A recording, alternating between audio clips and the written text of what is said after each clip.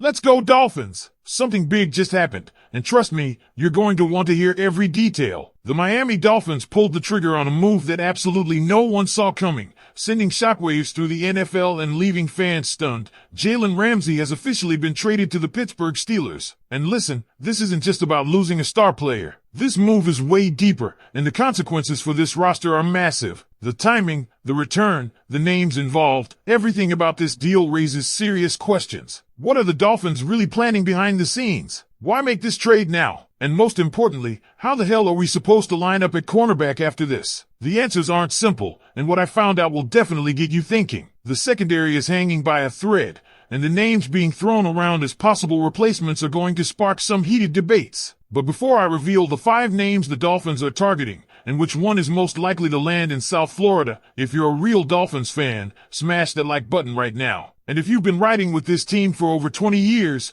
I want to see you in the comments with, "Go Dolphins!" My heart bleeds aqua and orange. Now let me break down exactly what's happening inside the organization, and what it means for our chances at the Super Bowl this year. Now let's get straight into it. Trading Jalen Ramsey wasn't just a roster move, it was a seismic shift. In return, Miami brought back safety Ma Fitzpatrick, which helps the safety room, sure. But here's the hard truth. This cornerback unit without Ramsey is simply not good enough. Cater Kohu is solid in the slot. No complaints there. He's one of the best nickel corners in the league. But the idea that Cam Smith and Storm Duck are our go-to-boundary corners heading into training camp? That's borderline reckless. These two have yet to prove they belong in starting roles, and expecting them to step up is pure wishful thinking at this point. The Dolphins must add another cornerback, period. And the good news is, there are options. But which direction will they go? Let's break down the 5 most likely targets to join the Miami Dolphins and rank them based on how likely they are to actually land in South Beach. First up is Rasul Douglas. He's the most likely free agent target,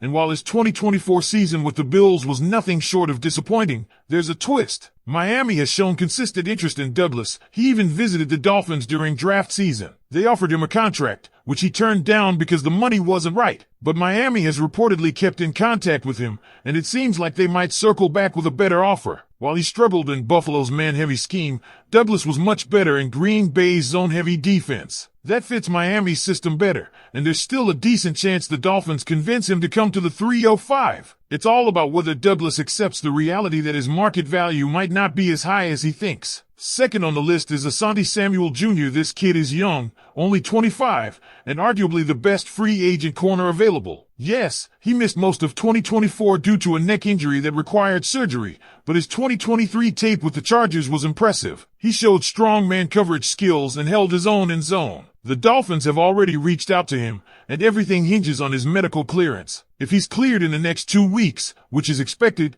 don't be surprised if Miami makes a move. This would be a high upside signing, the kind that could pay off big if Samuel stays healthy. Then we have Jalen Watson from the Kansas City Chiefs, a trade target. This one is especially interesting because Watson has quietly put together a solid NFL resume. He allowed just 1 touchdown in 500 snaps last year before a shoulder injury ended his season. He's got the size, the physicality, and the potential to start right away. And given the Chiefs' track record of not re-signing their own corners, Watson could be available for a 4th or 5th round pick. That's a bargain. And if I had Chris Greer's ear, I'd be yelling at him to pull the trigger on this move. 4th on the list, and here's where I get a little frustrated, is James Bradberry. I don't want this guy. He's a veteran coming off a year of no football and declining performance even before that. Yet, the Dolphins have had interest. If Bradberry is added, I hope it's alongside another more promising corner. Miami shouldn't settle here, not with the stakes this high. Finally, we have Greg Newsome from the Cleveland Browns, another trade target, and potentially the most intriguing one. Newsome has had 3 strong seasons in Cleveland and is still playing on his rookie deal. He's allowed only 10 touchdowns and over 3,000 snaps. The Browns might be willing to move him since he's on his 5th-year option,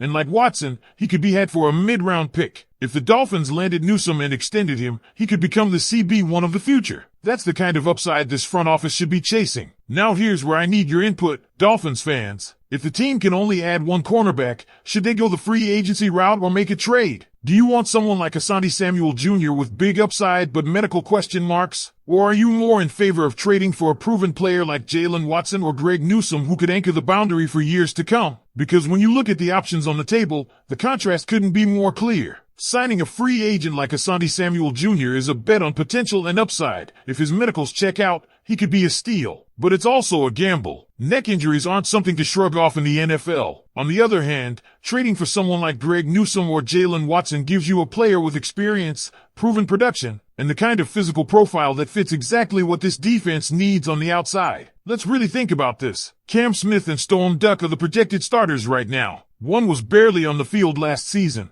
and the other is an unproven rookie. And while we all hope training camp unveils a surprise breakout, hope isn't a strategy. The Dolphins are trying to win now. This isn't a rebuild. This is a team with a quarterback on a rookie deal, elite talent on offense, and the clock ticking on maximizing this Super Bowl window. The secondary can't be the weak link, and this is where frustration with Chris Grier hits another level. How does a GM move on from Jalen Ramsey, one of the few game-changing corners in the league, and not have a rock-solid replacement plan in place? It feels like every offseason we're left waiting for Grier to clean up his own messes. Ramsey didn't just bring lockdown coverage, he brought swagger, leadership, and experience. That's not something you replace easily. Yet here we are, staring at the cornerback depth chart and wondering if there's even one reliable boundary starter ready to go. What makes it even more maddening is that the Dolphins aren't far off. This roster, with a few right moves, is Super Bowl caliber. But to get there, the margin for error is razor thin. That means not wasting time hoping Cam Smith develops overnight. That means going out and getting a corner who's ready to play meaningful snaps against top-tier AFC competition. Guys like Jalen Watson and Greg Newsome aren't just solid contributors. They're affordable, attainable,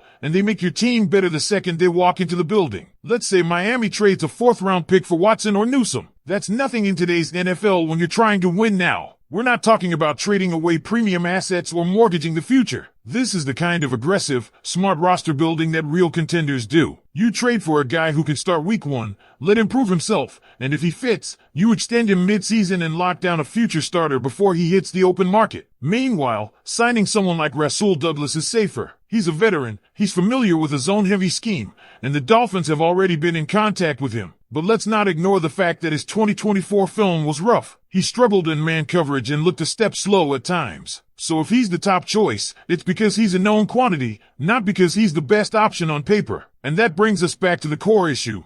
Are the Dolphins going to play it safe, or are they going to make the kind of bold move that sets the tone for a championship run? Chris Grier has a reputation for hesitating at the wrong moments. He needs to break that cycle now. With training camp approaching fast, Miami can't afford to wait until injuries or poor performances force their hand. They need to act proactively, not reactively. Look at the AFC landscape. Mahomes, Allen, Burrow, Lamar. This conference is stacked with elite quarterbacks. If your secondary isn't buttoned up, you will get exposed. And let's be honest, this defense took hits this offseason. The pressure is on Fangio's replacement and this defensive staff to maximize what they have. But that starts with having the right pieces in place. Adding a dependable, physical boundary corner isn't a luxury, it's a necessity. So Dolphins fans, I want to know, what would you do if you were in charge? Would you take the risk on a high upside signing like Asante Samuel Jr.? Would you push for a trade to get someone like Newsome or Watson in-house before camp starts? Or do you think the Dolphins can survive with what they've got and wait until cuts or preseason trades shake a corner loose? Drop your thoughts in the comments right now. I want to hear from the real fans, the ones who know how close this team is and aren't afraid to hold the front office accountable. If you enjoyed this deep dive, make sure to subscribe to the channel, smash that like button, and check out the video on your screen now for more exclusive Miami Dolphins updates. Let's get ready for a wild training camp. Go Dolphins!